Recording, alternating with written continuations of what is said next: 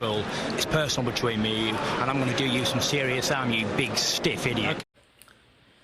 The Untouchable True School Sports Empire proudly presents Something the Boxing Games Are Missing. Hey, what's going on? It's your boy BT, and I came here to talk some boxing with the thousands of True School Sports subscribers. Now, let me first say my apologies for not going live on Saturday, guys. I just decided to take a mental break because mentally just been drained. Haven't really been feeling, I guess, motivated or inspired to do these videos. Burnout can be real at times, so my apologies for that. But I took my time away from boxing and a little bit of the world, and I got my mind right. And I'm here. I'm here to talk that boxing talk with plenty of videos to boot. So with that being said, and with that being established here on True School Sports, let's just get into it. The plot thickens. The plot is thickening a lot in the middleweight division. You know, we saw a great performance this past weekend from a guy that I've been a fan of for a long time here on True School Sports. Been following him since he was about 5-0 or 6-0, and that's Janibek Alimkhanuly, or Janibek Alimkhanuly, how they say it on ESPN. That's the actual pronunciation. So Janibek, right? He scored a devastating knockout victory over Danny Dignum. You know, I didn't really know much about Danny Dignum, and I could see why. Danny Dignum really did not deserve to be anywhere near ranked number 3 in any sanctioning organization, but we know how it goes. Sometimes guys can just finesse their way through the rankings, and that was one of those cases. So, you know, much speedy recovery to him, and best wishes on the rest of his career, because that was a very devastating knockout he suffered. But with that win, Janibek is now the interim WBO middleweight champion. Now, when we get through all the minutia and all the terms and all this bullshit going on in boxing, what does that mean, BT? What is him being the interim champion at middleweight? What does it mean, like, big picture for the middleweight division? Well, what it means is that Demetrius Andrade is going to have to fight him sooner rather than later. You know, Johnny Beck is basically his mandatory now, because as we know, Andrade had that fight with Zach Parker scheduled at 168. That was supposed to be on Saturday, but he pulled out of that a long time ago. So, you know, now he has to come back to 160, and he has to defend against Janibek. And in fact, the WBO has even put a date on it. They said by November 17th, Demetrius Andrade needs to defend the belt. Otherwise, he will be stripped of the belt. So, I'll read you the quotes from the chairman of the WBO Championship Committee, Luis Bautista Salas. He said, I quote, "The WBO has up to 180 days after Janibek Dignum bout to be medically, physically ready, willing, and able to fight the winner of Janibek Dignum." And that's what it is. And they put the November 17th date on it. So listen, man, there's a whole bunch of other stuff they said. I'll leave the article for you guys in the comments so you can read it for yourself. But let's just unpack this, man, because we know when it comes to me, right? I'm probably like the #1 Andrade supporter on YouTube. I love Demetrius Andrade. He's one of my favorite fighters. But just because he's one of my favorite fighters doesn't mean he's above criticism, and it doesn't mean that I can't tell the truth about him. You know, a lot of people have favorite fighters here on YouTube, but they refuse to tell the truth about him. Now, look, Andrade been a dignified champion at middleweight. You know, he's won the belt, defended it plenty of times, beat 2 mandatory opponents. Fought nothing but guys in the top 10. So it's not like he's been fighting bums. You know, people want to say he's been fighting bums. He's been fighting these guys in the top 10. Guys who are much better than Danny Dignum, if I might add that, because people wanted to give Andrade flack for Quigley and Liam Williams, and no disrespect to Danny Dignum, but Liam Williams and Quigley were better than Danny Dignum. But I say all that to say this. It's the 11th hour of his career, and I'm going to draw my line in the sand. All right, I'm going to draw my line right in the sand. If Demetrius Andrade doesn't do what he's supposed to do and defend the belt against Janibek, at this point, I'm going to have to criticize him and call it an outright duck. Because, see, the first time with Parker, it was understandable. You're trying to go to 68 to fight Parker, beat him, position yourself for bigger fights. Okay, well, you ruined that, and that got pissed away. And you're only going to fight one time this year, if that. So that only fight needs to be against Janibek, because now you are now contractually and obligated by the WBO to defend the belt by a certain date. If you don't, then it's a duck. And I know a lot of people already have their opinions on Andre's reputation, but his reputation in my eyes will take a massive hit if you don't fight Janibek next, because now there's no excuses. Now there's no roadblocks. Now there's no big fights to chase, because the reality is this. You know, Samson Lukowicz just named the short list of opponents for Dave Benavidez. You weren't on it. It was Morrell, it was Plant, and it was Jamal Charlo. You were not on it. So scratch the Benavidez fight. That's not happening. We know the deal with that. Canelo Alvarez, forget. You're nowhere on his radar, champ.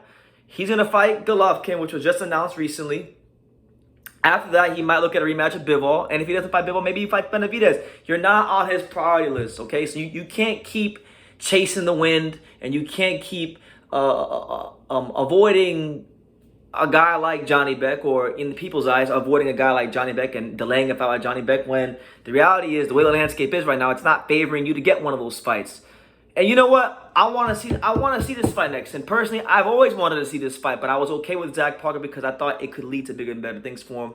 That didn't pan out. So now we come back to Janibek, which is a fight I've always liked, because I think Janibek's a very good fight. I think Janibek's one of the most talented middleweights out there, and he's a guy that could definitely be champion, and a guy that could definitely give Andrade some fits. And I want to see the fight. You know, people are now starting to get on the Janibek bandwagon. He's starting to get some notoriety. He's starting to get some attention. He's starting to get some much-needed promotion from ESPN and Bob Arum and all parties involved. And I want to see this fight. Like, there's no reason it should happen next. Janibek, I mean, look, I did an interview on this channel, right? I did an interview on this channel a couple months ago, back in 2021, with Quantavious Cash, you know, a good, solid professional fighter. Sparred like over 20, 30 world champions. And you know what he told me? You know what Quantavious Cash told me? And he said in my interview, he said, out of all the guys I've ever sparred, and mind you, he sparred Andrade himself, and he sparred Caleb Plant, and he sparred the who's who of boxing, pretty much from, like, you know, 154 to 168. You know, he's 175 as well. Some guys from 175. He said that out of all the guys he ever sparred, Janibek was the only guy that made him feel like a kid. He said that he had like a good blend of like physical strength and punching power, which makes for a tough matchup. You know, we know Andrade is getting up there in age. Maybe the legs aren't what they used to be, and this is a very intriguing fight. You know, you know, I think now people would actually give Andrade more credit if he would beat Janibek now, because now people have found out who he is. There's a narrative floating around there that Andrade doesn't want to fight Janibek, and you know, that makes the fight that much more interesting. And I think if Andrade were to fight and beat Janibek, that would be a big feather in his cap. Not just for me, but obviously the people out there, the detractors, the ones that are saying that Janibek's, that he's ducking Janibek. And on top of that, mind you, his contract with Matchroom Boxing is up. I believe it is up, because I'm pretty sure it expires after a certain date. I'm not sure if he has to fight one more fight with Matchroom, or if it expires after a certain date. But normally with boxing contracts, they have a date when they expire. So I'm of the belief that, and I could be wrong, so don't quote me on this, but he's not contractually obligated to do what Matchroom wants anymore. So now he could maneuver, and he could find his way to top ranked and fight Janibek. I would love that fight, because it does two things. It lets us know who's who. You know, is Andrade who I've said he was this whole time, because I think he's one of the most talented fighters out there, you know? Or is Janibek the next heir apparent to the throne in the middleweight division? I mean, I'll tell you this. If Janibek beats Demetrius Andrade, to me, in my eyes, he's that guy. He's that guy. You know, he's that guy with the crown in the middleweight division. So I have to see this fight. I have to see this fight because we know a lot of guys have avoided Andrade over the years, but we can't play favorites. We can't do double standards here on True School Sports. Janibek or Andrade versus Janibek next. No excuses, no dishonor. It's a southpaw and southpaw matchup. You know, I got a video here with Paul Andrade. I'm going to tell Paul. I love Paul Andrade. He's my friend. I'm going to call him soon. I'm going to tell him, listen, there's no other options. Fight Janibek. Stop, no crying, no complaining. You go ahead and you fight Janibek, because this is the fight that a lot of people are demanding, and it's growing in demand by the day. So you got to go ahead and go see that challenge. Otherwise, you'll never live this down. And God forbid, right? God forbid Janibek fight somebody else for a belt and beat them. They're just going to say, well, this is what happened to Andrade. So I think you know, you can't run around saying you're the boogeyman, and then when you have another guy who is much like yourself and you're on the opposite side of the spectrum, you can't big time him. You know, you can't big time Janibek. You know, because Janibek is a dangerous southpaw, good punching power, very well schooled. Got a great trainer in his corner, and Buddy McGirt. Got the amateur pedigree and background to really and a foundation to really give Andrade a great run for his money. So when people talk about the fights that I want to see in 2022, listen, they say that Andrade has till November 17th to defend the belt. So we're talking about the holiday season. We're talking about, you know, Halloween, you know, Thanksgiving time, you know, at the latest, right? Let's just say it's at the latest. What a present it would be to the boxing fans. We need that fight because you know, the YTBC is very Andrade's a controversial figure in the YouTube boxing community, and I really want him to win this fight. Paul Andrade had that video that I did with him, the interview that I did with him, where he said that they'll jab the shit out of Johnny Beck, right? Those are his words in my interview, right? You gotta prove it now. You can't just talk. You can't say what you would have done or what you would do if you were in the ring. You gotta go out there and back up the words you say, you know?